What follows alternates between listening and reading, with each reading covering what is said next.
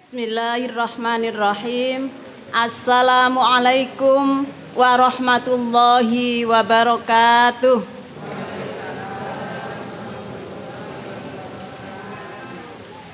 Innal hamdalillah nahmaduhu wa nasta'inuhu wa nastaghfiruh wa na'udzu billahi min sururi anfusina wa min sayyiati a'malina may yahdihillahu fala mudhillalah. Asyhadu an la ilaha illallah wa asyhadu anna Muhammadan abduhu wa rasuluh la nabiyya ba'dah. Yang saya hormati Ketua PRA Deresan, Bapak Ketua PRM Deresan, anggota PRA dan semua yang hadir pada sore hari ini. Alhamdulillah atas perkenan Allah yang Maha Kuasa, sore hari ini kita dipertemukan di masjid yang mulia, Masjid Nurul Asri. Ya Allah, saya tidak menyangka ternyata sore ini lewat perantara Bu Marfuah bisa bersilaturahim di PRA Deresan. Saya bersyukur, saya sudah lama di Jogja tapi belum pernah silaturahim ke PRA Deresan baru kali ini. Alhamdulillah ternyata PRA Deresan semarak. Luar biasa anggotanya sekian banyak. Mudah-mudahan nanti bisa nular ke PRM yang lain. Kebetulan saya masuk kategori PRA Catur Tunggal Timur, Ibu. Ya ternyata ya tidak jauh, tapi kok nggak pernah ketemu. Ketemunya kita malah di SD Muhammadiyah Condong Catur saja gitu. Alhamdulillah lewat kegiatan ini Allah izinkan kita ketemu. Suasananya sangat ceria, sangat cerah pada sore hari ini. Salam sejahtera kita haturkan pada junjungan kita Nabi Agung Muhammad Sallallahu Alaihi Wasallam. Beliau merupakan uswatun hasanah, suri tauladan kita. Tidak pandang orang usia apapun, tetap harus meneladani Rasulullah Sallallahu Alaihi Wasallam.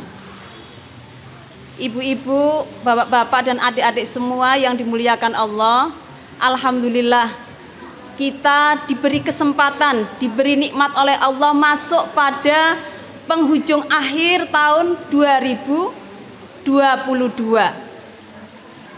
Masing-masing kita memiliki paket usia yang berbeda-beda. Saya sangat hormat pada yang sebelah selatan. Ya Allah subhanallah, ibu-ibu yang paling sepuh kira-kira yuswane pinten iki nggih? Dumugi 60 wonten nggih? Lebih nggih? Lebih, kita harus angkat tangan ini, hormat sekali. Kita belum tahu apakah akan sampai pada usia itu atau tidak. Ya, apalagi yang masih imut-imut, yang masih usia dini, ya. Kita bermohon kepada Allah mudah-mudahan diberi umur yang panjang penuh berkah. Umur panjang kalau tidak barokah juga masalah, repot pertanggungjawabannya. Pada saat ini kita masuk di bulan Desember. Biasanya di bulan Desember ada peringatan apa ya? Hari Ibu. Nah, Hari Ibu itu lahir seketika atau ada prosesnya kira-kira? Yang masih sekolah-sekolah ini coba. Tanggal berapa nanti peringatan Hari Ibu? Hari apa? Tanggal berapa nak?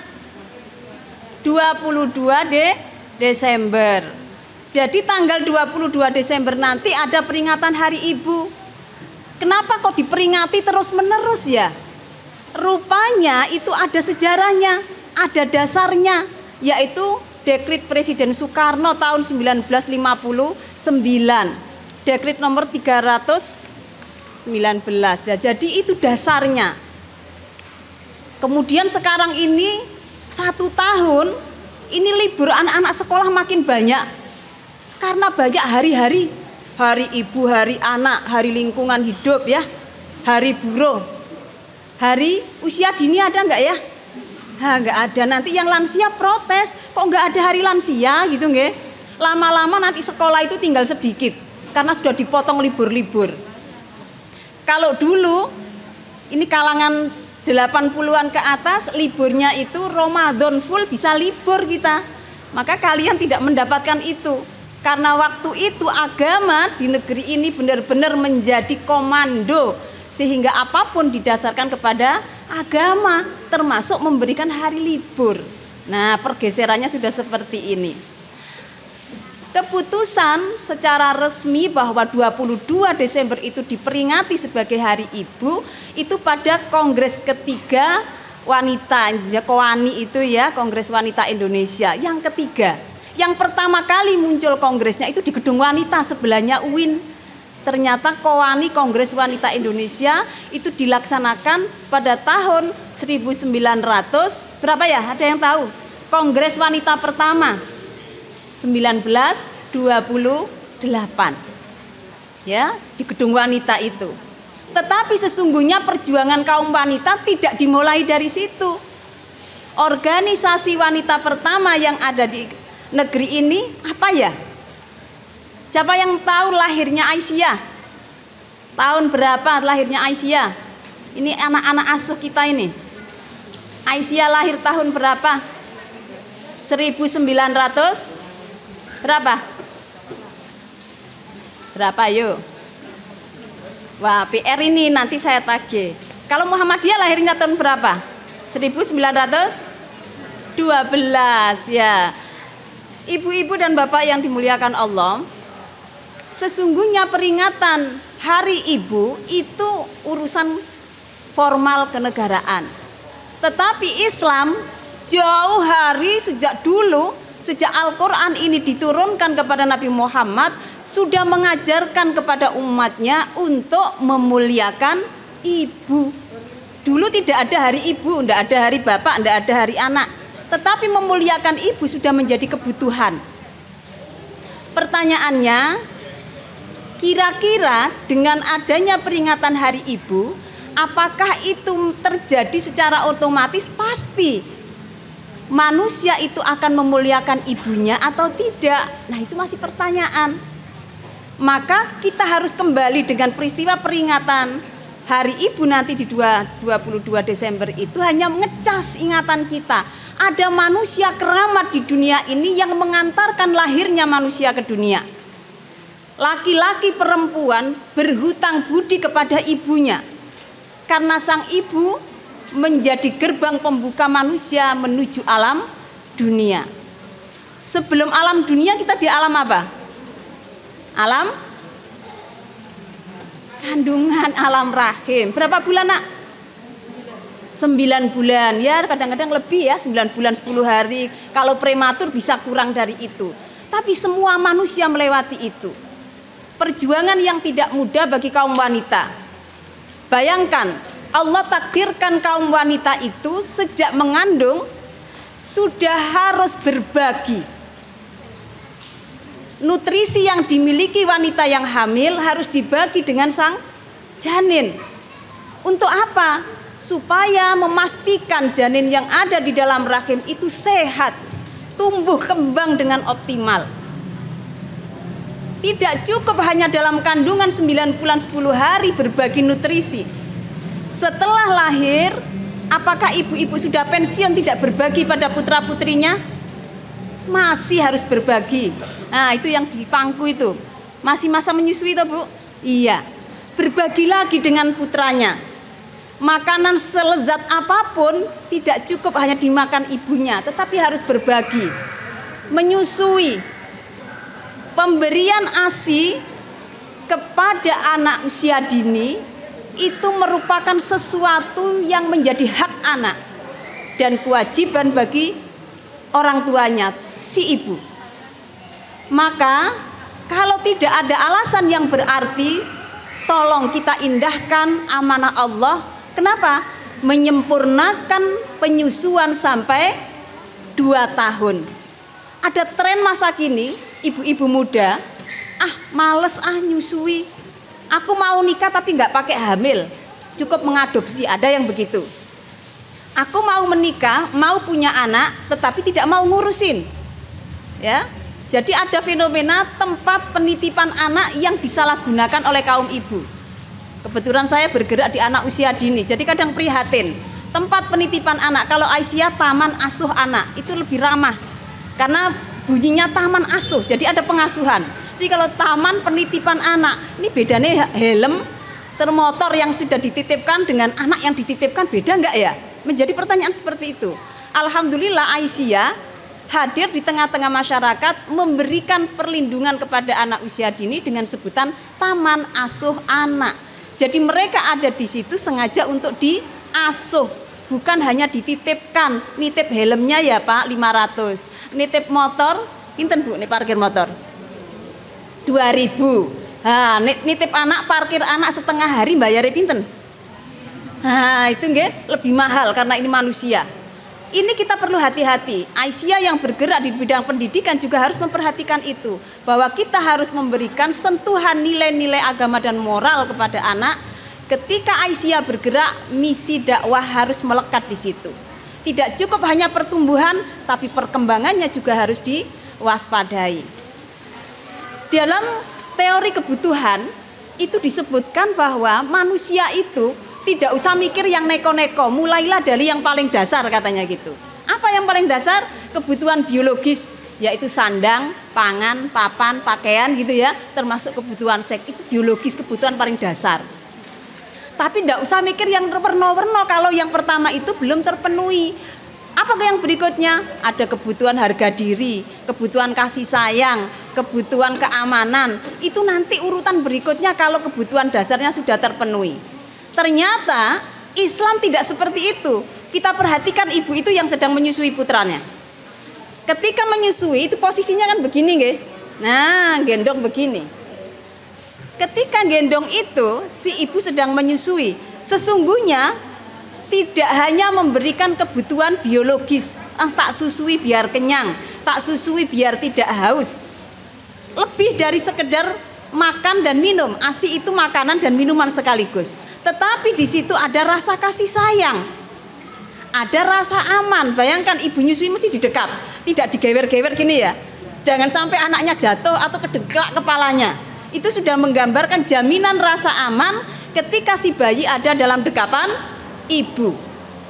Maka kalau ada anak-anak yang masih merah terus dititipkan di tempat penitipan anak itu ya, saya sok kasihan ya Allah, haknya dia untuk disusui. Bisa enggak ya kira-kira berbagi? Alhamdulillah sekarang lembaga-lembaga pemerintahan sudah memfasilitasi harus ada aktivitas bermain anak usia dini, harus ada ruang laktasi ya, harus ada tempat penitipan anak atau taman asuh anak. Supaya apa? Kewajiban orang tua menyusui, memberikan kasih sayang anak tidak terputus. Oleh karena itu kita bersyukur ya, perubahan zaman sekarang sudah memfasilitasi itu. Kalau dulu kan ya sudah, bagaimana caramu sendiri, berijtihad sendiri-sendiri, secara kelembagaan tidak menyentuh itu. Nah, ibu-ibu yang saya hormati, jadi kenapa kita mesti memuliakan orang tua kita? Yang pertama tadi karena orang tua kita, sang ibu hamil 9 bulan 10 hari itu perjuangan yang luar biasa. Tidak sedikit orang yang gagal di dalam kehamilan. Ada yang hamil nganggur. Bukan nganggur. Ngebo. Iya, ngebo ya. Artinya apa? Ketika hamil tuh aman, makan apa saja bisa. Tidak ada yang tertolak.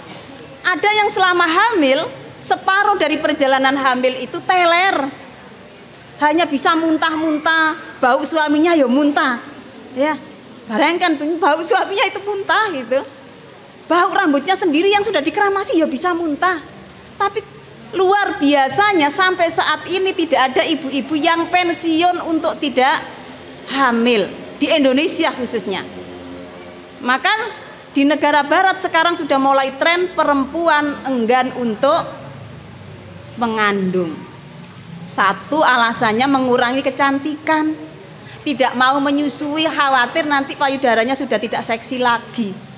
Kenapa itu urusannya biologis? Bertambah umur manusia pasti ada peta-peta yang muncul. Terus mboten Bu, perawatan apapun tetap akan bisa menunjukkan bahwa manusia itu bertambah usianya. Wah, berketok nom sampai akhir hayat itu ngapusi. Ya, boleh kita kena tasa, boleh kita ke yang lain-lain ya, silakan saja. Tetapi kita harus tahu bahwa umur akan membatasi perjalanan hidup kita di dunia. Itu tadi persoalan hamil. Di dalam kehamilan bagi perempuan muslimah, pasti di situ sudah ada proses mendidik anak. Hamil tidak hanya urusan reproduksi seperti makhluk Allah yang berkaki 4. Hamil melahirkan itu makhluk yang lain bisa, tetapi manusia tidak hanya seperti itu, karena memiliki tujuan yang mulia. Untuk apa? Menumbuhkan generasi yang muttaqin. Maka sejak dalam kandungan sudah dimulai diperdengarkan ayat-ayat Allah. Sang ibu menahan diri untuk tidak berucap kata-kata yang buruk. Godaan perempuan hamil werni-werni nggih, Bu nggih. Dulu ngidamnya apa, Bu? Oh, enggak ngidam. Alhamdulillah. Ada loh, Pak, Bu, ngidam kepingin ngeremas-ngeremas kepala mertua. Pripun nek ngoten niku? Tolong, Mas, remes-remes kepalanya bapak mertua. Loh, ini kok ora sopan banget toh ya? Ini harus dituruti loh. Kalau nggak dituruti anak kita ngeces. Pitados mboten, Bu? Ya Allah, itu kan nggak masuk akal dan juga nggak sopan. Kalau sampai sang suami menuruti kepada istrinya yang meminta sesuatu tidak masuk akal itu, ini cinta tidak pakai logika berarti ya. Harus pakai logika. Yo nggak gitu, itu kan orang tua kita, meskipun itu mertuamu juga orang tua kita, harus dimuliakan itu kan. Apalagi kalau musim mangga, ini perempuan hamil kan mesti seneng mangga nggih, yang asem-asem. Mas, tolong itu dipetik ke mangga sebelah miliknya tetangga, tapi nggak usah izin ya. Waduh, ini bukan Aisyah, bukan Muhammadiyah yang begini nih. Ya toh? Kalau kepingin sesuatu tidak musim, tidak dijual di mana-mana, harus minta izin, minta ridhonya yang punya. Kenapa? Mangga yang kita petik tanpa izin dimakan dalam kondisi kita hamil kan seneng banget ya, enak gitu ya, semangat kalau lagi ngidam. Itu kemudian berubah menjadi darah, berubah menjadi daging, membentuk karakter anak yang kita lahirkan. Nah, itu bahayanya. Maka kenapa generasi kita sekarang ini banyak yang membuat orang tua kalang kabut. Loh, kok bisa begini anakku ya? Padahal tak didik dengan baik, tak sekolahkan di tempat-tempat yang favorit. Kok jadinya begini? Kita perlu flashback ke belakang. Kira-kira loh ya, yang dulu kita berikan ke anak-anak kita terjamin nggak kehalalannya? Halal tok, tidak toyib, berarti masih ada yang kurang. Maka hati-hati Bapak Ibu, kalau kita ini kan trennya masa kini, ibu-ibunya suka GoFood nggih. Anak-anak suka dimasakkan ibunya apa yang GoFood? Suka yang mana? Made in ibu atau made in GoFood? Ya, hati-hati nggih Bu, kalau memberikan keleluasaan kepada putra-putri kita untuk jajan di luar rumah. Perlu kita kontrol, satu, kehalalannya, kedua, toyibnya. Yang pertama harus dicek warung yang kita beli, pastikan di situ air yang dipakai untuk mencuci piring gelasnya itu mengalir. Jangan sampai hanya dengan ember yang menggenang. Aisyah punya gerakan pemberantasan TBC nggih. Nah, jangan sampai gerakan untuk mengatasi TBC ini justru dinodai oleh warga kita sendiri karena tidak tahu, karena justru dengan kita hanya satu ember untuk cuci gelas piring berganti-ganti dari para pelanggan, itu hanya menebarkan penyakit nggih. An-nadzafatu minal iman ya. Jadi kebersihan itu sebagian dari iman. Sejak dari proses masaknya juga benar, pemasakannya benar, penyajiannya benar, itu menghadirkan semangat untuk makan gitu ya. Tapi kalau dibiasakan membeli, kita belum tentu tahu air yang dipakai suci enggak ya, bersih enggak ya, itu jarang dikontrol. Imam Ghazali sudah memberikan pesan, orang yang cerdas itu tidak hanya bersumber karena otaknya keturunannya bagus, tapi salah satunya juga disumbang oleh makanan yang tidak halal dan tidak thayyib. Itu bisa merusak kecerdasan otak manusia, melampaui dari apa yang sudah diprediksi oleh ilmuwan-ilmuwan sekarang ya. Jadi ternyata dari dulu sudah disampaikan oleh Imam Ghazali. Yang kedua, ibu kita itu setelah hamil melahirkan. Ini proses melahirkan sekarang itu sudah bermacam-macam nggih.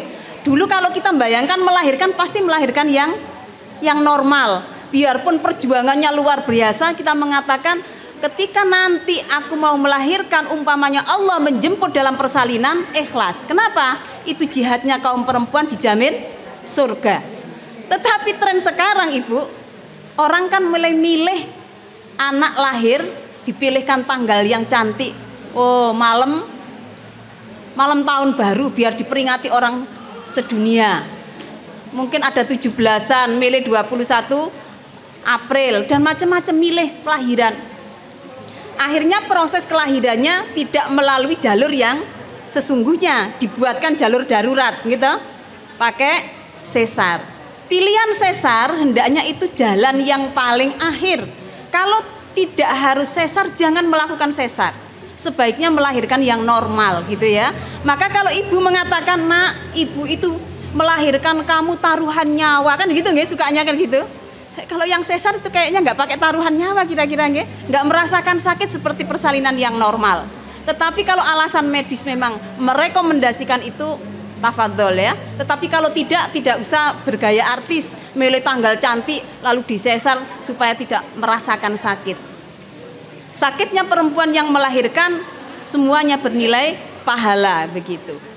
Hadirin yang dimuliakan Allah, yang ketiga, setelah melahirkan ini ternyata tidak selesai persoalannya.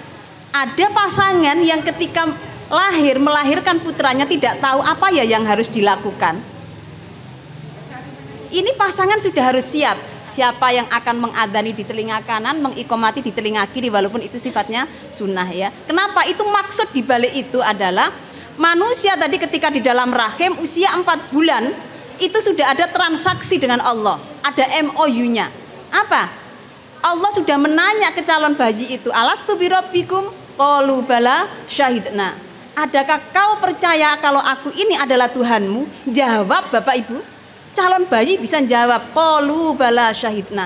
Aku percaya engkau adalah Tuhanku.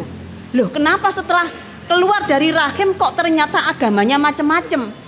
Di mana perjanjian suci dengan Allah itu berada? Perjanjiannya masih ada.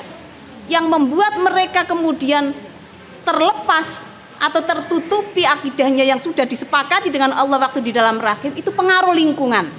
Kita juga sebagai orang tua bisa membuat anak-anak keluar dari rel agama. Apa yang dikatakan oleh Nabi? Ma min mauludin illa yuladu alal fitrah. Tidak ada satu manusia pun di dunia ini dilahirkan ke dunia kecuali dalam keadaan fitrah. Jadi berjiwa tauhid itu sudah terjadi sejak di dalam rahim itu. Fa abawahu yuhawidanihi au yunasironihi au yumajjisanihi. Maka kedua orang tuanya lah yang bisa mengantarkan anak-anak itu berubah agamanya menjadi Yahudi, Nasrani dan Majusi. Nah, faktor lingkungan termasuk orang tua, termasuk pendidikan bisa membuat anak-anak kita menyerahkan akidah. Maka alhamdulillah anak asuh kita di sini luar biasa banyak. Sekurang-kurangnya kita akan memagari mereka agar akidahnya tetap lurus, agar mereka tidak menukar akidah dengan harta dunia yang sangat murah itu. Karena banyak kasus ketika urusan perut kita kemudian menjual akidah, itu sudah banyak nggih. Kepedulian kita terhadap orang-orang yang seperti itu alhamdulillah kita lestarikan terus sebagai misi perjuangan kita di dalam berorganisasi Aisyah dan bermuhammadiyah. Ibu bapak yang dimuliakan Allah, ketika tadi proses anak itu sudah dilahirkan, kemudian disusui, hebatnya Allah. Ketika bayi masih sangat lemah, tidak disiapkan snack, Nino, maem ya, tidak bisa kan ya. Allah siapkan makanan minuman yang siap saji dalam bentuk ASI. Kadar panasnya, hangatnya stabil, tidak berhitung apakah itu musim panas atau musim dingin. Suhunya stabil. Bayangkan kalau kita pakai susu sapi, kita nuangkan air dari termos, kadang kepanasan, kadang kurang panas, kadang kurang hangat, nggih. Dibawa pergi agak lama kedinginan, anaknya nggak minat. Hampir semua anak bayi itu pasti suka ASI, made in Allah. Standarnya ini kalau kita SNI, ini tidak hanya SNI ya. Standarnya Allah ini kalau kita made in Allah, Allah yang bikin pasti cocok semua kalangan ya. Maka wajib bagi para bapak untuk menjaga kualitas ASI para istri. Kalau kita menginginkan generasi yang sehat dan cerdas. Kalau kita yang kita makan, kaum ibu harus berbagi dengan anak, kemudian yang kita makan nggak kita perhatikan, lebih memilih fashion misalnya, lebih milih yang lain-lain. Nah ini kita sama dengan menyengaja membuat anak kita tumbuh kembang tidak standar. Kenapa? Ketika ibu hamil kurang asupan gizinya, melahirkan anak yang tidak sehat, anak yang stunting, maka ini drop ya, kekurangan nutrisi di otak. Nanti kalau anak kita kurang bagus perkembangannya, ya jangan salahkan karena memang kita sudah berkontribusi hal yang tidak tepat di situ. Ya.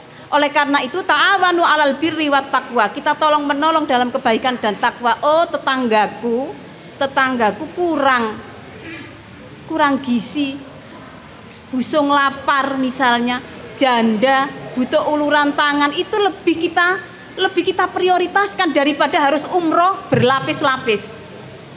Ya bukan berarti umroh itu jelek, bukan. Haji itu wajibnya 1 kali, umroh itu sifatnya bukan wajib. Kan sekarang itu trennya umrohnya banyak, tetapi tetangga yang miskin dia tidak tahu, tetangganya tidak bisa bayar SPP tidak tahu, itu keliru. Nanti kita malah ditegur oleh Allah yang seperti itu. Tetangga kita yang butuh pertolongan kita hadir, itu mulia. Lebih mulia kalau kita mendahulukan itu. Nanti urusan yang sunnah lain bisa kita teruskan. Tetapi ini mendesak. Anak sekolah misalnya tidak bisa bayar SPP, ibunya ngambil keputusan, wis nok leren wae, nggak usah sekolah, ibu nggak bisa bayar SPP. Ini kalau warga Aisyah, warga Muhammadiyah dengar seperti itu pasti akan tergugah hatinya untuk turun tangan. Nah gitu nggih. Maka kita dahulukan ini hakul adami, bahwa kita ini di dalam bertetangga punya hak, ya.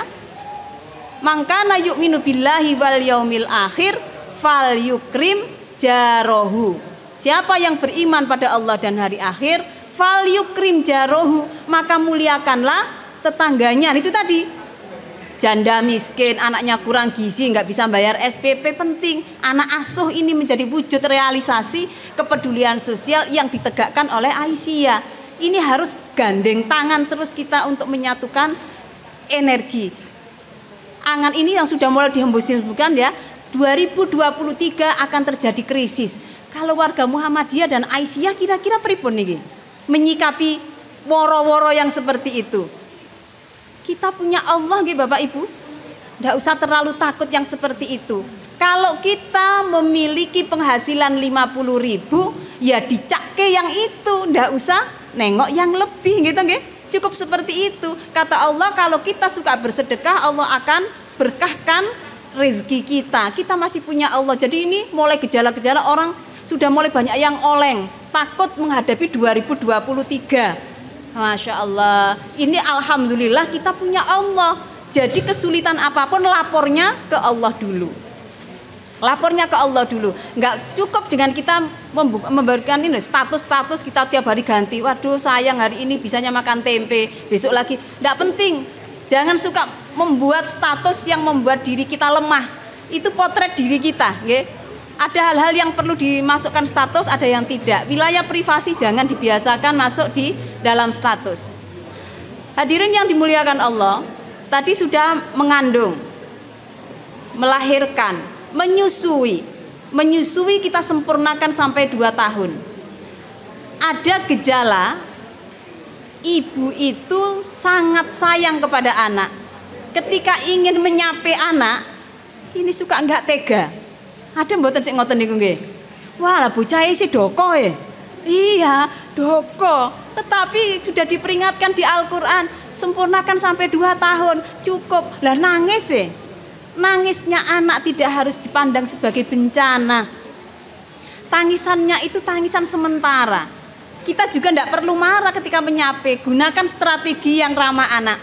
Tidak perlu dicubit, tidak perlu diasingkan, nggak perlu didukunkan. Ini ada yang dukun spesial untuk menghentikan sape, Bu. Ya Allah, cari pekerjaan sulit, spesialis untuk menghentikan anak tidak menyusui, spesialis penyapihan, spesialis hitan, ya enggak apa-apa nih hitan. Lah di sape itu pakai jopa japu. Ada itu. Tapi nggak perlu dikasih tahu, nanti tidak ada yang datang ke sana ya. Jadi strateginya kan banyak. Yang penting ramah anak, pakai jamu brotowali, tetesi Bu. Gini-gini dah. Kok rasanya pahit gitu kan? Oh iya, karena adik kan sudah lama minum ASINya sudah 2 tahun. ASINya sudah berubah jadi pahit nih. Kan? Tapi kalau kita kasih obat obat merah yang kimia, ini kan bahaya. Ada ibu-ibu yang nekat, biar mereh-mereh Bu, dikasih yang merah terus jerah. Loh, mau menghentikan itu kita memutus kemauan anak, memutus haknya anak. Yo kita kula nuwun to ya. Memang itu ASI kita. Tapi kan selama ini 2 tahun dia yang memiliki gitu kan ya. Hati-hati. Kita rela 2-3 malam mungkin kurang tidur sempurna menjaga anak yang tiba-tiba terbangun pengen minum ASI lagi ya. Kita siapkan makanan pengganti, pengen apa nak? Wah, makanan kesukaan kita siapkan 2-3 hari. Habis itu insya Allah sudah lulus. Dia sudah lupa. Maka perbanyak silaturahim. Loh, apa hubungannya Bun? Ada. Kalau anak usia dini ketika dia proses penyapian itu hanya kita pingit di dalam rumah, dia lama untuk melupakan asiknya minum ASI. Tunjukkan ke teman-teman sebayanya, itu tuh temannya tuh sudah nggak minum ASI toh, kita ajak itu. Jadi dia akan muncul, oh iya ya, kan aku juga bisa. Ada tekad seperti itu. Dia tidak hanya konsentrasi ke ASInya terus, dan ibunya harus tega. Bismillahirrahmanirrahim. Ini sudah cukup 2 tahun, sudah selesai masa minum ASInya, diganti dengan yang lain, kan begitu. Bapaknya juga mendukung gitu kan, dibantu karena malam-malam terbangun anaknya rewel ya dibantu, dan begitu. Satu hal yang perlu saya ingatkan, satu terkait dengan ibu-ibu muda kan suka yang praktis-praktis nggih. Termasuk penggunaan pampers. Nah, saya mumpung ingat. Kita ini kepingin supaya badan kita tidak terkena najisnya anak, tidak ribet nyucinya. Teknologi hadir wujudnya pampers, di pampersi. Ya, kegiatan seperti ini boleh diajak taraweh pakai pampers sip. Tetapi kalau terus-menerus menjadi tidak sip, loh kok pripun? Toilet training itu bisa dilatihkan anak sejak usia dini. Laki-laki itu paling gampang titenane. Kalau tanda-tanda rambutnya rotok jegrak, wah, ini tanda-tanda dia sudah kepingin ke belakang. Saya niteni Bu, saya niteni anak-anak kalau sudah pengen ke belakang itu radarnya lewat rambut. Tapi nek perempuan enggak. Jadi kita pakai jam, pakai timer, nah ditatur, itu terjadi, sudah bisa dia pipis, dia bisa berak, kita antar dijami. Nah kalau pampers itu keterusan sampai dia TK, itu ternyata ada anak teman saya Bu, SD itu dia takut sekolah karena masih pakai pampers. Ibunya saking jijian Bu, dia tidak mau menyentuh pipis anaknya, nyeboki berak disentor Bu, selangkai nyemprot tanaman itu. Ya Allah, ini belum siap jadi orang tua. Termasuk guru PAUD. Ini ada yang guru PAUD enggak ya? Guru PAUD. Yang guru PAUD juga begitu. Guru PAUD itu harus memiliki jiwa keibuan dan jiwa kebapaan. Sekarang guru PAUD sudah laki-laki, trennya jadi guru PAUD juga. Enggak apa-apa. Tapi itu salah satunya ketika nyeboi muridnya harus dengan tangan.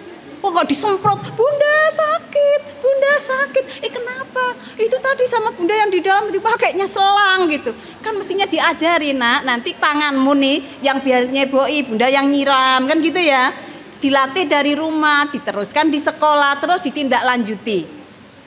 Kasus anak yang saya ceritakan tadi sampai SD dia menjadi tidak semangat masuk SD. Karena teman-temannya sudah bisa ngantri di kamar mandi, dia masih pakai pampers.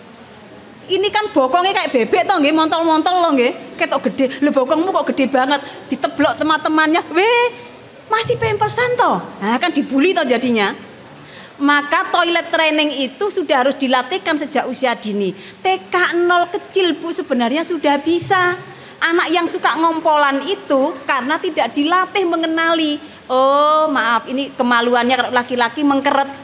Nah, itu tandanya dia mau ke belakang. Gitu. Kalau perempuan nunduk-nunduk begini itu sudah ngampet-ngampet, itu sudah tanda-tanda kita juga harus sensitif melihat sinyal-sinyal yang ada, gitu. Nah, kalau itu dibiarkan nanti jadi anak ndablek. Bener itu.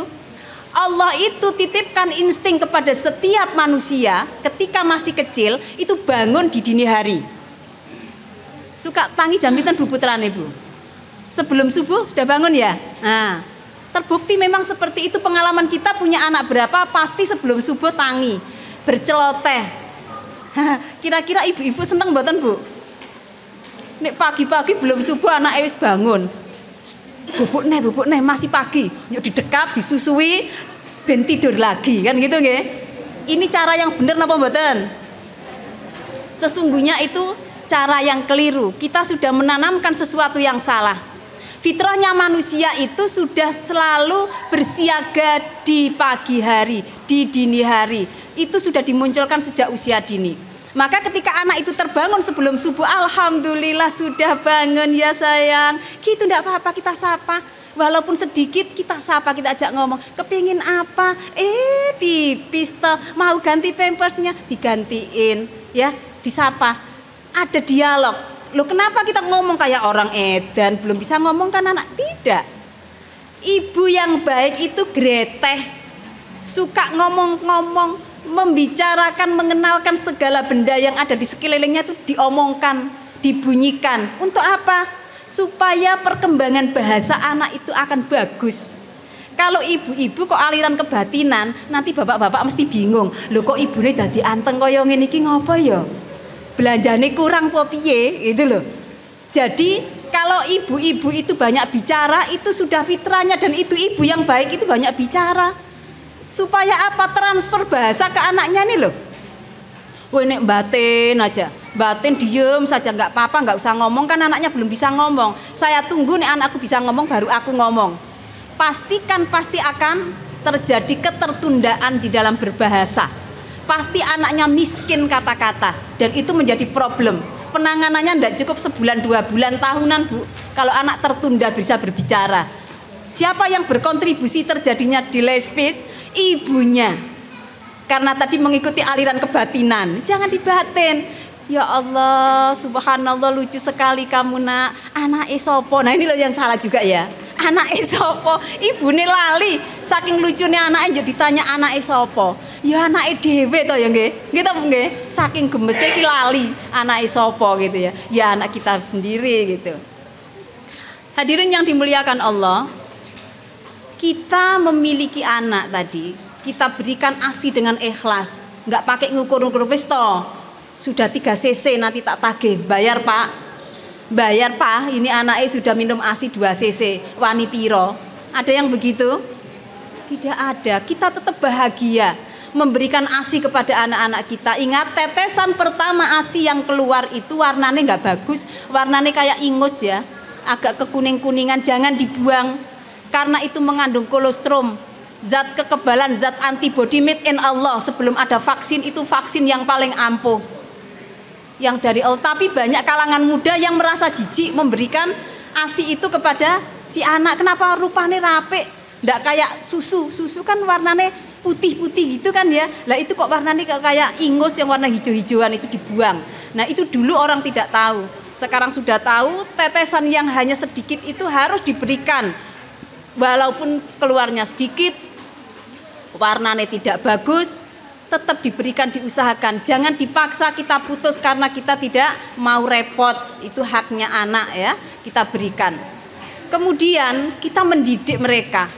Pendidikan yang kita berikan kepada anak-anak ini harus bersinergi di dalam dan di luar rumah. Ibu-ibu kita zaman dulu itu tangguh mengenalkan anak-anak tentang agama. Coba saya tanya mananya, adik ini kelas berapa? Ya, kamu nak kelas berapa? Sudah SD? Oh sudah SD. Saya tanya, putrane Nabi Muhammad ada berapa? Ada berapa putra Nabi Muhammad? Oh belum tahu atau sudah tahu malu? Ya, saya ingat kalau orang-orang tua zaman dulu itu punya banyak kesempatan waktu kepada anak-anaknya. Dongengi masih mau ya, menjelang tidur ya. Kemudian kadang-kadang menyanyikan apa saja yang dia bisa dinyanyikan. Ibu-ibu masa kini cenderung tidak punya waktu.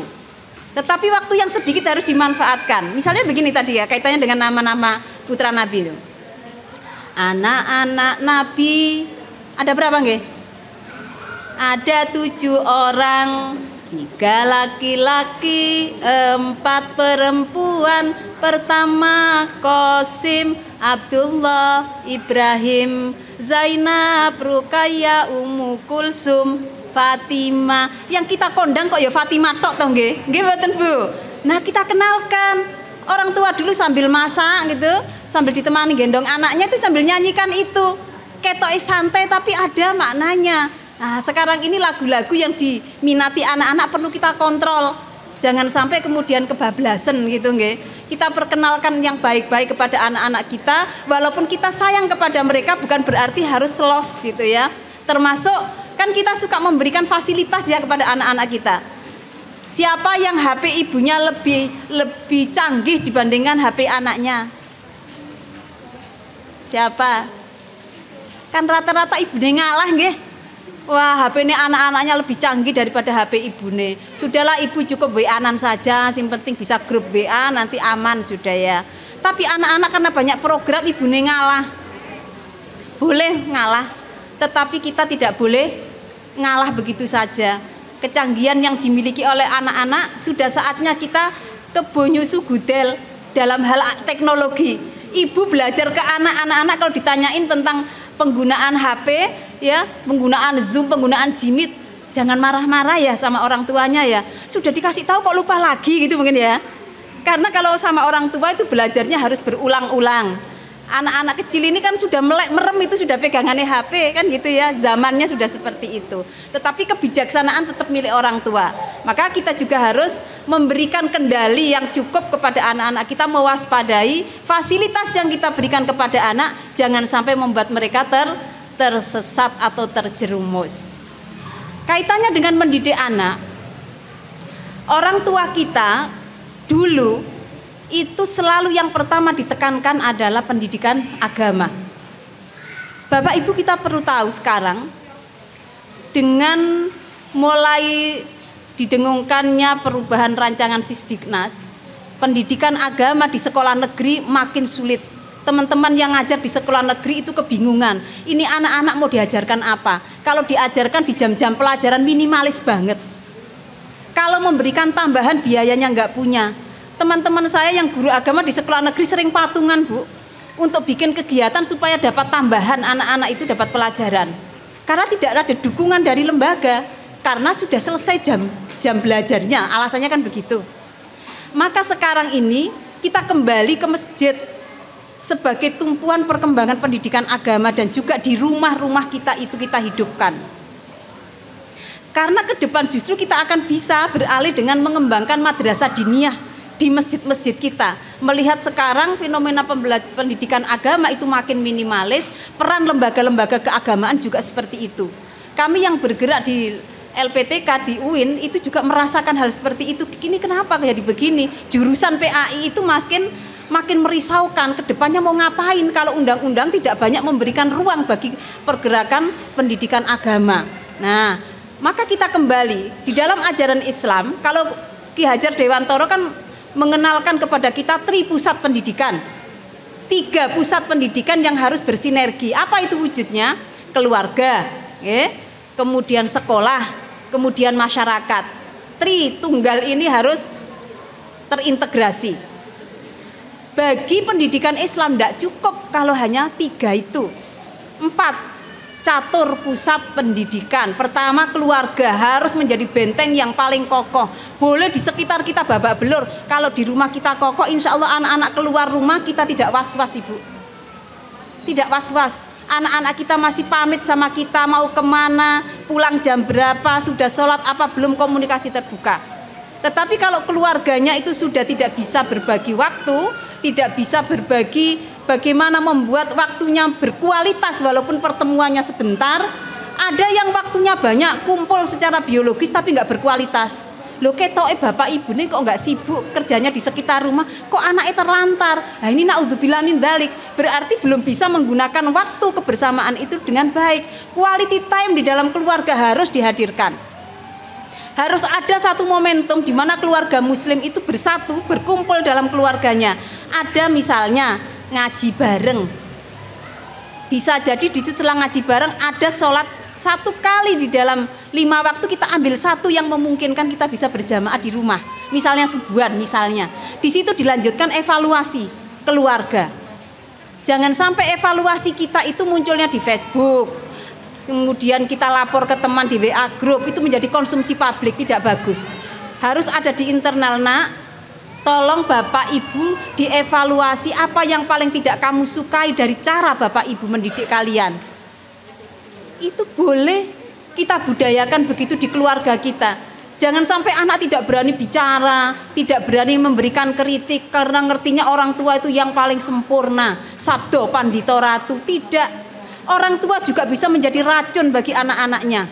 Loh kok serem banget? Iya. Toxic parent itu terjadi Bapak Ibu.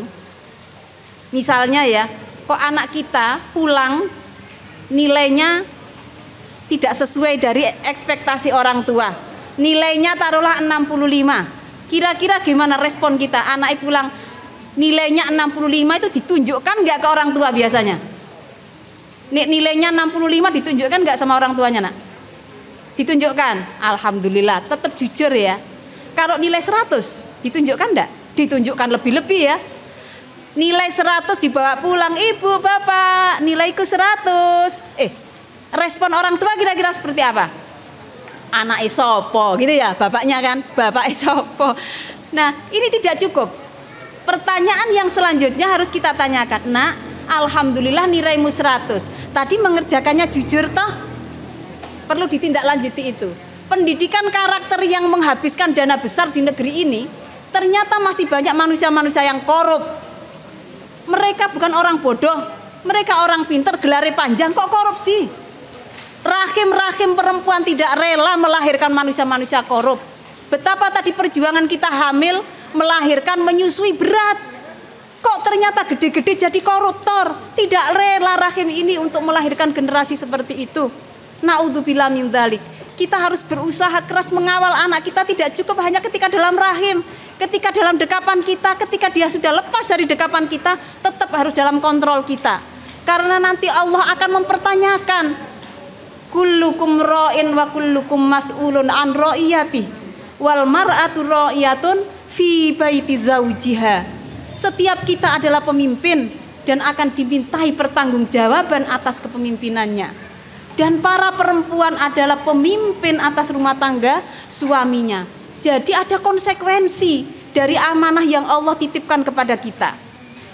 Maka anak-anak kalau nilainya 100 dan jujur, sampaikan kepada orang tuamu.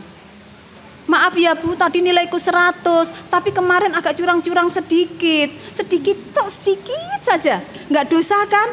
Nah kira-kira jawabnya gimana tuh? Kalau anaknya merajuk seperti itu, ya sudah nggak dosa, sudah nggak apa-apa. Loh memangnya yang menentukan dosa nggak dosa emaknya?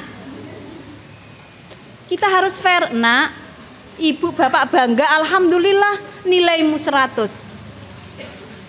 Tetapi kalau di situ masih ada unsur kecurangan, nak, cukup sampai di sini. Besok sudah tidak boleh lagi. Allah tidak ridho, ibu pun tidak ridho. Ya, kenapa? Nilaimu ini, nak, tidak membawa berkah, tidak membawa kebaikan untuk kamu ke depan. Kenapa bisa begitu? Akumulasi nilai yang kita kumpulkan anak-anak ini jadi rapot. Rapot nanti sampai kita lulus melahirkan ijazah. Ijazah dipakai melanjutkan sekolah, nanti nyari kerja, kerja dapat gaji, gaji dimakan jadi darah, jadi daging, jadi membentuk karakter. Ya, kalau nilainya tadi masih kecil, ya. Nilainya tadi masih kecil, 65. Kita harus marah?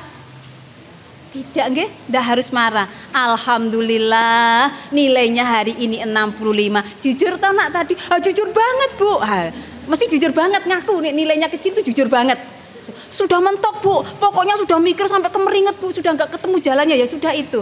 Alhamdulillah, Ibu hargai nak kejujuranmu. Mudah-mudahan ulangan yang hari nanti akan lebih baik lagi, lebih giat lagi belajar aja nak. Bapak ibu akan prihatin, bapak ibu akan puasa, bapak ibu akan sholat hajat untuk kesuksesanmu. Itu perjuangan kaum ibu. Mesti rela berbagi lagi, berbagi waktu untuk sholat tahajud, untuk sholat hajat, untuk puasa demi kesuksesan putra putrinya fid dini wad dunya wal akhirah.